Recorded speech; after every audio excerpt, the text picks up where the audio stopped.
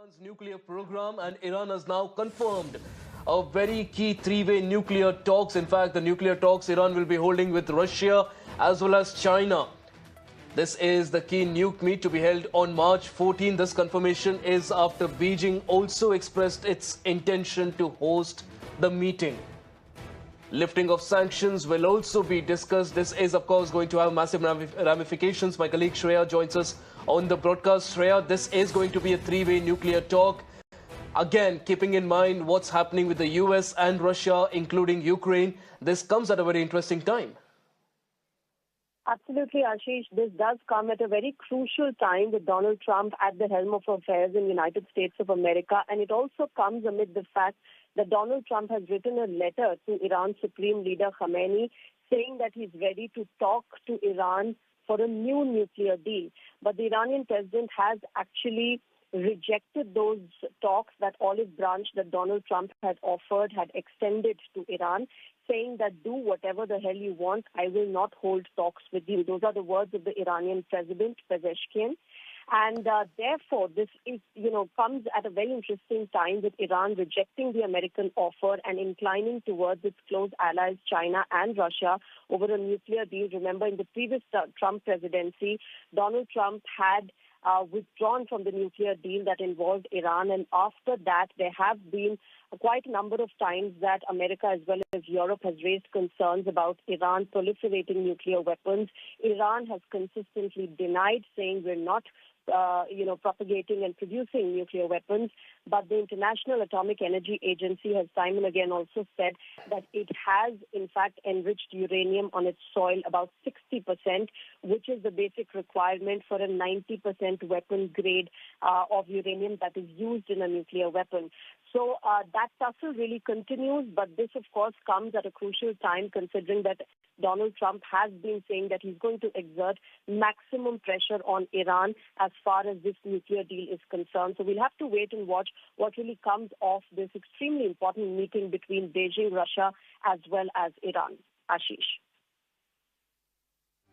Absolutely, Shreya. No week uneventful with Donald Trump in power there. And, of course, with Iran now announcing this three-way nuclear talks with Russia and China, remains to be seen how Donald Trump and the United States respond to it. In fact, we are shifting our focus back. Russian officials say 3 people have been killed in the Moscow region in one of the largest ever Ukrainian drone attacks on the Russian capital. Russia's defense ministry says it shot down over 300 drones across the country. The Kremlin condemned the early morning attack and accused Ukraine of intentionally targeting civilian homes. The moment of impact, one of many in and around Moscow and around Russia. The country's defense ministry said it shot down 337 Ukrainian drones overnight, at least 90 in the Moscow region. But some made it through, hitting apartment blocks and parking lots. It happened between 3 and 4 in the morning. There was a very loud sound. We woke up and began watching. We were frightened and couldn't sleep. We didn't realize what had happened. 4 Moscow airports were shut temporarily and dozens of flights diverted by what may have been the largest drone attack by Ukraine since Russia's full-scale invasion. Also in the early hours, Russian drones attacked the Ukrainian port city of Odessa.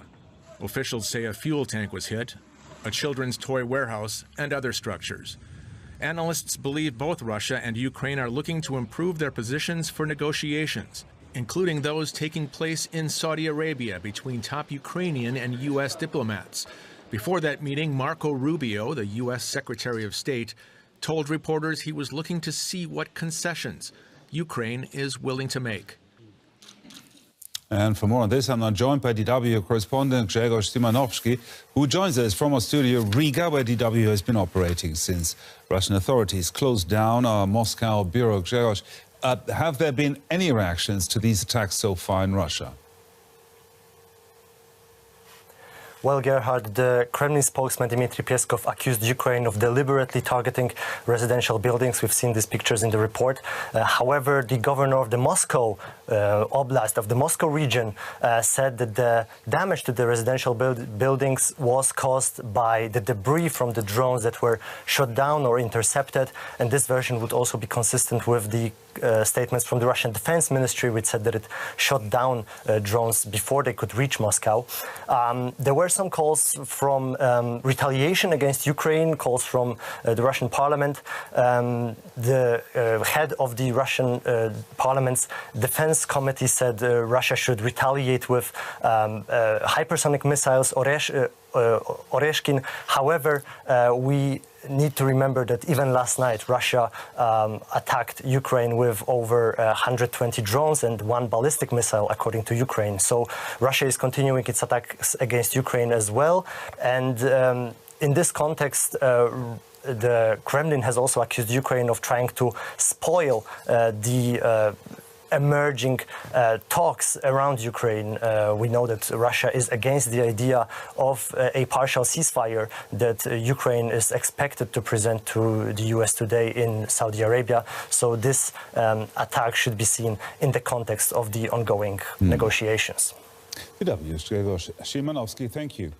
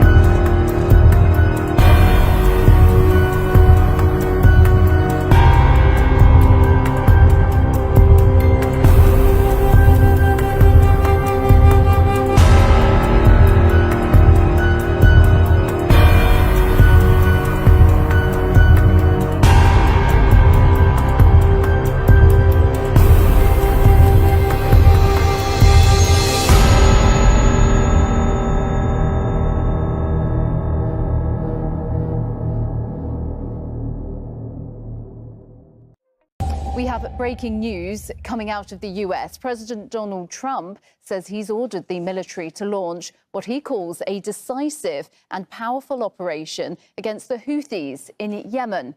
US media report the military is carrying out large-scale strikes against dozens of targets, including the capital Sana'a. Last week, the Houthis vowed to resume operations against ships in the Red Sea if Israel did not lift the blockade of the Gaza Strip. We turn overseas now. Yemen's Houthi rebels are vowing to retaliate after U.S. strikes. The White House released a photo of President Trump watching as American forces carried out the attacks. The Houthis claim at least 31 people were killed. ABC's Christian Cordero has the latest. Rising tensions in the Middle East tonight, just 24 hours after President Trump launched a large-scale attack on Iranian-backed Houthi rebels inside Yemen. New video shows smoke rising from an explosion. U.S. officials say last night's strikes hit dozens of missiles, radars, drone, and air defense systems in Yemen. At least 53 people have been killed and nearly 100 injured. The Houthis promised to respond, claiming they launched retaliatory missiles and a drone at USS Harry Truman in the Red Sea, the same aircraft carrier that sent these fighter jets to strike Yemen. However, a U.S. official tells ABC News their claim wasn't true. The Biden administration had also conducted airstrikes against the Houthis, but President Trump vows this time is different, writing Iran's support for the group who's targeted commercial vessels and U.S. Navy ships at one of the world's most vital shipping routes must end immediately. It is Iran that has repeatedly funded, resourced, trained, and helped the Houthis target not only U.S. warships, but global commerce, and has helped the Houthis shut down two of the world's most strategic sea lanes. National Security Advisor Mike Waltz was asked by our Martha Raddatz today if there was any chance of direct U.S. military action against Iran. Waltz responded all options are on the table and that Iran's support for the Houthis, quote, will be stopped. Lindsay? Christian, thank you. وردا على هذا العدوان نفذت القوات المسلحة بعون الله تعالى عملية عسكرية نوعية استهدفت من خلالها حاملة الطائرات الأمريكية USS هاري ترومان والقطع الحربية التابعة لها شمالي البحر الأحمر، وذلك ب18 صاروخا باليستيا ومجنحا وطائرة مسيرة في عملية مشتركة نفذتها القوة الصاروخية وكذلك سلاح الجو المسير والقوات البحرية.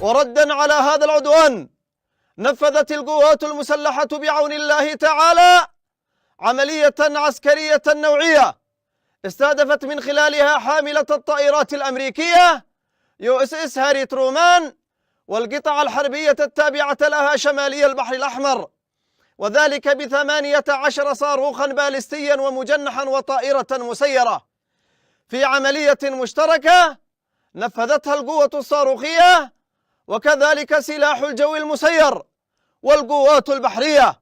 إن القوات المسلحة اليمنية لن تتردد في استهداف كافة القطع الحربية الأمريكية في البحرين الأحمر والعربي ردا على العدوان على بلدنا.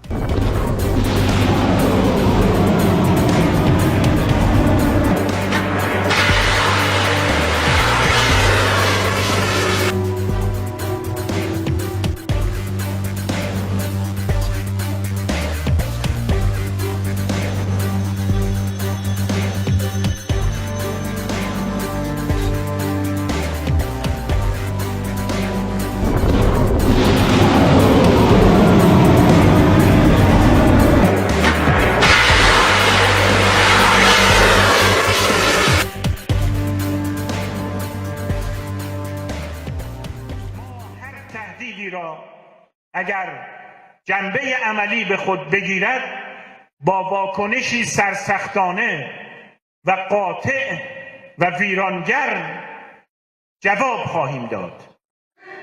طی مدت نچندان طولانی جمهوری اسلامی ایران نقشی در تنظیم سیاست‌های ملی یا عملیاتی هیچ جریانی از جبهه مقاومت از جمله انصارالله یمن، یمنی‌ها یک ملت مستقل و آزاد در سرزمین خود هستند. آنها دارای سیاست مستقل ملی هستند جمهوری اسلامی ایران نقشی در تنظیم سیاست‌های ملی یا عملیاتی هیچ جریانی از جبهه مقاومت از جمله انصارالله یمن ندارد. This was an overwhelming response that actually targeted multiple Houthi leaders and took them out. And the difference here is, one, all options are always on the table with the president, but Iran needs to hear him loud and clear. It is completely unacceptable, and it will be stopped, the level of support that they've been providing the Houthis.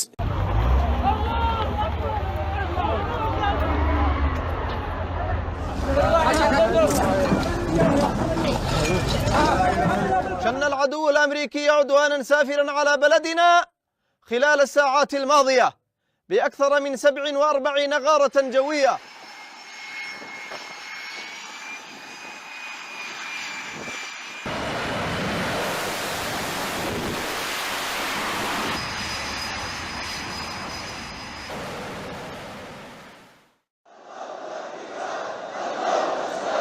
Tens of thousands lined the streets of Sana'a, Yemen Monday, chanting anti-US and anti-Israel slogans.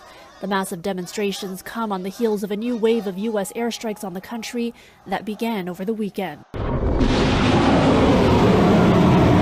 Video shared by the US Central Command on Saturday shows a ship firing missiles and a strike on a building seen from above. The U.S. says it is targeting Yemen's Houthi rebels in response to the group's threats to international shipping. The Houthis are linked to Iran and have taken control of the most populous parts of Yemen.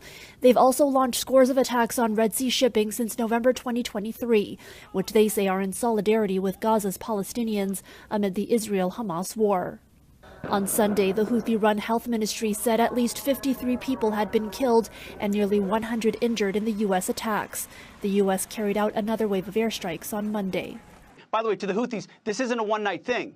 This will continue until you say, we're done shooting at ships, we're done shooting at assets. تأتي هذه العمليات للقوات المسلحة اليمنية. On Monday, a Houthi spokesperson claimed without evidence that the group had retaliated by attacking a U.S. aircraft carrier twice in 24 hours, saying it is, quote, responding to escalation by escalation. Meanwhile, U.S. President Donald Trump writing on social media Monday that the blame will fall on Iran from now on, after previously demanding that the country stop supporting the Houthis. Every shot fired by the Houthis will be looked upon from this point forward as being a shot fired from the weapons and leadership of Iran, Trump wrote, warning of, quote, dire consequences. انصارالله یمن انجام میدهد را. But the commander of Iran's Revolutionary Guard addressed Trump over the weekend, saying, quote, Yemenis are a free and independent nation in their own land and have an independent national policy. Ansar Allah is the representative of the Yemenis, makes its own strategic and operational decisions. Ansar Allah is the official name of the Houthis. The U.S. strikes represent the biggest U.S. military operation in the Middle East since Trump took office in January. They come as the United States ramps up sanctions and pressure on Tehran while trying to bring it to the negotiating table over its nuclear program. For City News, I'm Erica Natividad.